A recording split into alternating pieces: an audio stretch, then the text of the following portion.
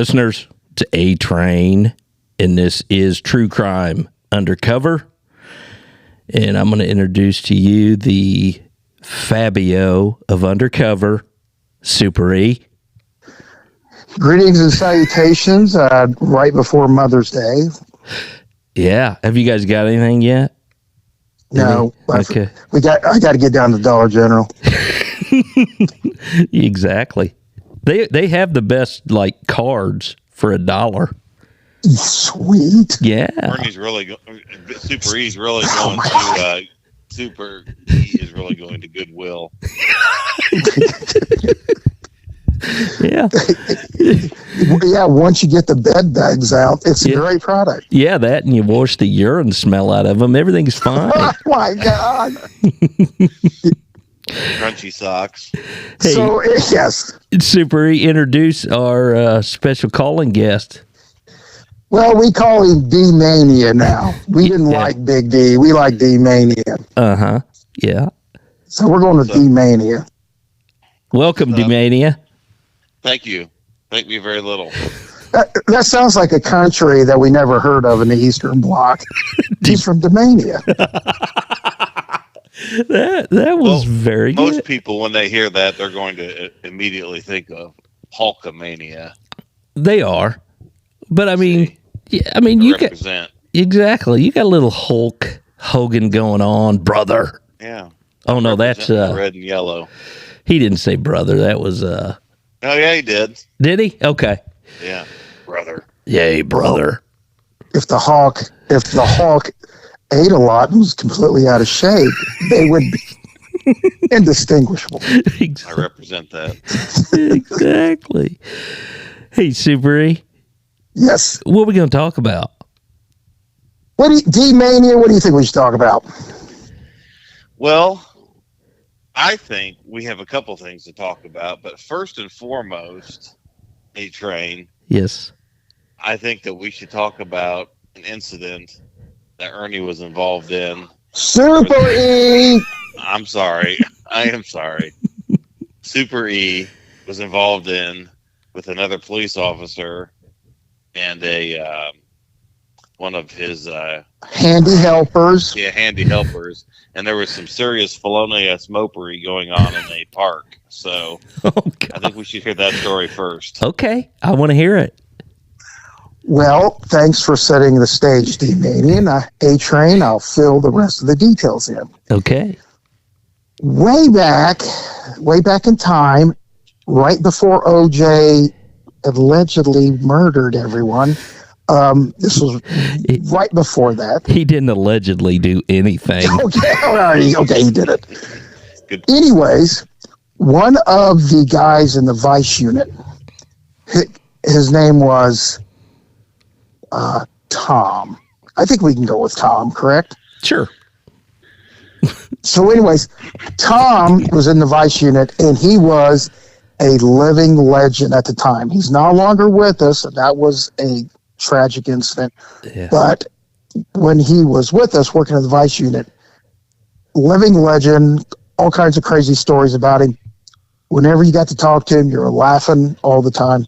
But anyways, on a serious note, he called me up and said he had a complaint of some guy going down to Garfield Park, where families like to go to see. They had a conservatory. They saw these flowers and things that they seemed to like. Yeah. Anyways, Tom was telling me they had a complaint on this guy that when he saw couples walking hand in hand or sitting on a park bench, hugging or kissing or whatever, he would jump out and just start furiously beating his meat in front of them. And then he would fade back into the bushes like Homer Simpson did and would be gone. Okay, wait a minute. Tom wasn't doing this, but a suspect was doing this. The suspect was doing this. Okay. I wanted to clarify that. Okay. Well, you're kind of ahead of the game. Anyways, so he says that the guy did this several times, and Tom said he thought the guy was starting to, what do you call it when they escalate? Yeah, escalate. Right. It was escalating to where they thought this guy was dangerous. Okay. They thought he was going to be dangerous. Okay. So they wanted him nabbed. So I get a call from Tom, And he says, Super E, I need your help. And he explains to me what I just said to you. They had a guy masturbating in front of couples, and he was starting, they thought, to become more dangerous. Okay. And I said, Tom, how can I help you? And he goes, you know that very good-looking blonde girl that you and her go buy drugs with? And like I said, this is right after crack hit. So me and her was going to crack house, and buying all kinds of drugs. All right. And so people knew that we were getting lucky and successful and all this. So he thought that me and her could go down there and maybe he could get this guy because he could never get him. Okay. The guy was always able to escape because Garfield Park had all these wooded areas, as you know. Mm-hmm. And it's easy to go dip and hide and jump in a car and leave. All right. So I said, Tom, I'll help you out. So he told me, hey, tomorrow, 3:00 in the afternoon. That's when the guy was doing all this stuff. I said, all right. I call up my girl, April. I said, here's what we got to do. Got a pervert. He's going to jump out, beat his meat. And then Tom's going to try to nab him. He's a dangerous guy. Mm-hmm. She goes, I'm down with it. And so I pick her up the next day, and she dressed very well for the part. Nice. She looked unbelievably attractive. Long blonde hair, very tan. I said, man, if this guy is anywhere with an erection, he'll be leaping out of the bushes, going at it. So we've been working together for a few years, and so we knew each other well. So we're down there in Garfield Park. Tom had positioned himself on the bushes to the right of the bridge when you walk out, and he let me know that the pervert would be in the bushes on the left side, and he already spotted him kind of milling about. Huh. But he wasn't doing anything yet. All right. So me and April go down there, and we crossed the bridge, and it was kind of weird. And then so I just thought, well, maybe we should hold hands. So we're just holding hands, and Tom, I could see him in the bushes telling us to kind of stay in this area so he could see us. So we're kind of like walking around in circles, and then he sees the guy. So he kind of points over that way. I can't see the guy. And then he's kind of, we're like I said, holding hands, and he's kind of telling us to amp it up a little bit. I said, okay, I'll amp it up. And so then we start like hugging and stuff. Uh-huh. And then he's like giving me the thumbs up, but then he's like a movie director. He's kind of amping up. He's a movie director of a porn. Yeah, so we start just kind of hug. We're laying or sitting on the grass, kind of like hugging and kissing. He's giving us the thumbs up, and he's giving me the twirling index finger, amp it up some more. So next thing I know, we're hugging and kissing, and then we're in a very passionate clinch, and we're making out, and we're rolling around in the grass. I completely lost where I was at and what I was doing. I completely lost track of time because I was like, oh my God, this is awesome. So we're going at it furiously. And what snaps me out of my makeout coma was I hear, hi, this is so-and-so from Channel 59, and we're down here at the park checking out the remodeled conservatory, and families are down here checking out, and we have some romantic couples also. And I look up, and Channel 59 is there filming. My hair's full of grass that she was wearing white cut-off shorts, grass stains all over it. Her hair's all messed up, sticks in it and stuff. And I'm like, oh my God, Channel 59 is filming me like a 16-year-old on prom night. You know, I think I was drooling from it. So anyways, I look over at Tom, and he was like giving me a big thumbs up, keep going at it. And so we're kind of going at it again. And then I look over, I don't see Tom.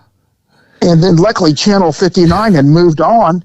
I get up, I don't see Tom. I don't know what's going on. So I said, hey, we better leave, because I was getting way too involved, and my pup tent was very obvious to anyone in sight. Super, he's got blue balls.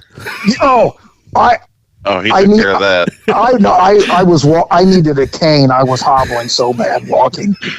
And we get back to the car. I hit Tom on the radio. He goes, meet me on the other side of the park. So I meet him over there. And I go, Tom, what happened? He goes, you guys did a great job. I go, was the guy jacking off? He goes, oh my God, he was jacking off like a maniac. I said, well, did you get him? He goes, no, I couldn't get him. I'm like, why not? He goes, damn it, I was jacking off too. Oh my God. Tom! He goes, you guys were hot. I said I was doing it for my community. It was my service to the city. To protect and serve. Yeah, I was protecting and serving. Betterment of the community. Yes, I just started dying laughing. Now, I don't know if Tom actually, but the way he said it had me laughing. Of course. Did you volunteer to go back the next day and do it again? I think I did, but I think the guy disappeared for a while, and then I believe somebody in the vice unit was able to nab him. And so I think the serial pervert meat beater was taken out of the park and off the street. And that sounds like a pretty good assignment there, Super E. It was a great assignment. Apparently, it was good for the backup officers too. Yes, exactly. So, but you got caught by a news crew. It was hilarious. I'm like, what were they thinking? They were standing within 5 feet from me. So yeah, they're going to interrupt you. I didn't even notice them. They're going to interrupt you, and you're, passionate. Oh my God! It was hilarious. I should have. You should have what? You cut out. Oh, I should have just got up and grabbed the microphone and said, "Hello, everybody. I'm Super E." Oh, that's great. And you're right. Tom, God rest his soul, was a living legend. He was super hilarious. Yeah, he was. And he always wore those bright red shoes that he got at Kmart. Yes, you couldn't miss him in the park. Yes, he did. Yes. Bright red tennis shoes. Oh, good job, D-Mania, making him remember that story. When he told me that, I was on the road. And I laughed, I don't know, at least for 35 minutes. You didn't almost crashed. You didn't run into any fence posts, did you? I did not. No, I was not having any narcoleptic episodes, but it was good. It was very funny. I'd like to inform A-Train of an incident that happened last weekend that I do believe was in violation of Indiana Code 354221, which is the Indiana statute for battery. Yeah. So I graciously volunteered to help Super E move some brush and some tree limbs. And I brought my truck all the way up to Super E's humble abode.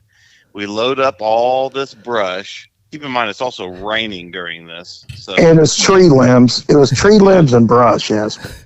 So we're getting to the part where he touched me in a rude, insolent, and angry manner. In violation of the code. Correct, yes. Okay, you're making it sound like I molested you. Let's clarify. That's not what happened. Code for sexual battery, just to deviate. Yeah. So anyway, I'm at Super E's in the back of the pickup truck. No. Yes, I am. That's true. I'm sorry. Excuse me, this is my story. No, I'm sorry. And I was on the ground behind pulling things out. I was bent over at the time. And all of a sudden, I start seeing stars after a large whack on the back of the head.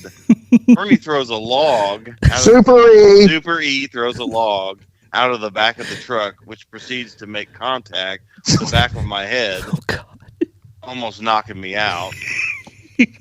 And all I can hear is very aggressive laughing coming from the back of the truck. That would have been my 11-year-old daughter. Not "Are you okay?" but laughing. So.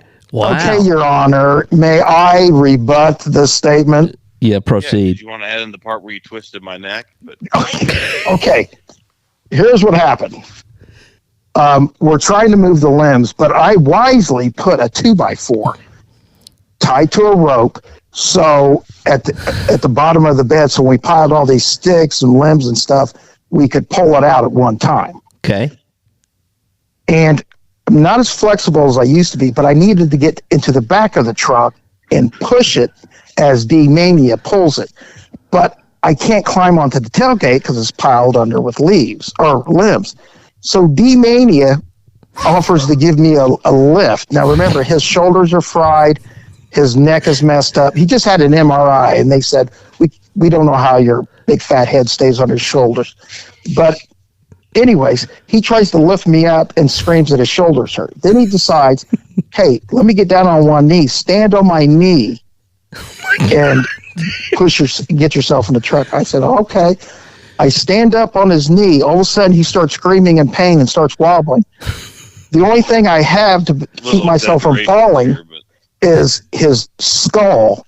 And I pushed down on the skull, accidentally turned it counterclockwise in this corkscrew motion, and he screams again. And I'm thrown into the truck head first with my feet up in the air. And I think I'm going to drown in limbs, but I bravely stood up and was able to get steady on my feet. But getting back to how he got injured, I was throwing a limb out, and it caught another limb, so the heavy part spun and slapped him on the back of the head. Okay, I can't get the visual out. So you got on, or he got on one knee, like he was going to propose to you? So you could I know up. He wants to. I did the thing where you get down, you lock your hands together, somebody can step in your hand, and you boost them up. Yes. Well, we tried that, and with Super E's exuberant amount of body weight, that wasn't happening. So then he started to step on my knee, which almost pushed it through the pavement. Hey, but yeah, D-Mania. So was this on Super E's property? This was not on Super E's property. He got permission to dump his load somewhere else. Because I was going to say, it sounds like you got a lawsuit and can get some money off his homeowners, but maybe not. Okay, F. Lee A-Train. Let's be putting ideas in his head. All right. Well, and thankfully, I know a very expensive attorney in Indianapolis who never wins any cases. You might run it by him. See what he says. Yeah. Oh my. Okay, is this? Are we come to the end of this train wreck? Yeah, the end. We're over with. Okay, well, listen, we are going to close this one out. Always happy to have D-Mania with us, and that was a pretty good, entertaining episode there, guys.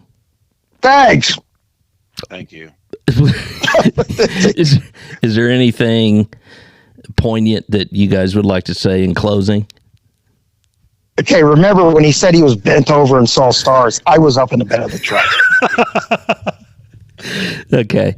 So you're saying he didn't black out like Stormy Daniels said she did? Yeah, exactly. Okay. All right. He didn't give me the Cosby Kool-Aid. Oh my God. On that note, we're gonna leave. All right? All right. See you guys. All right, Bye. Bye.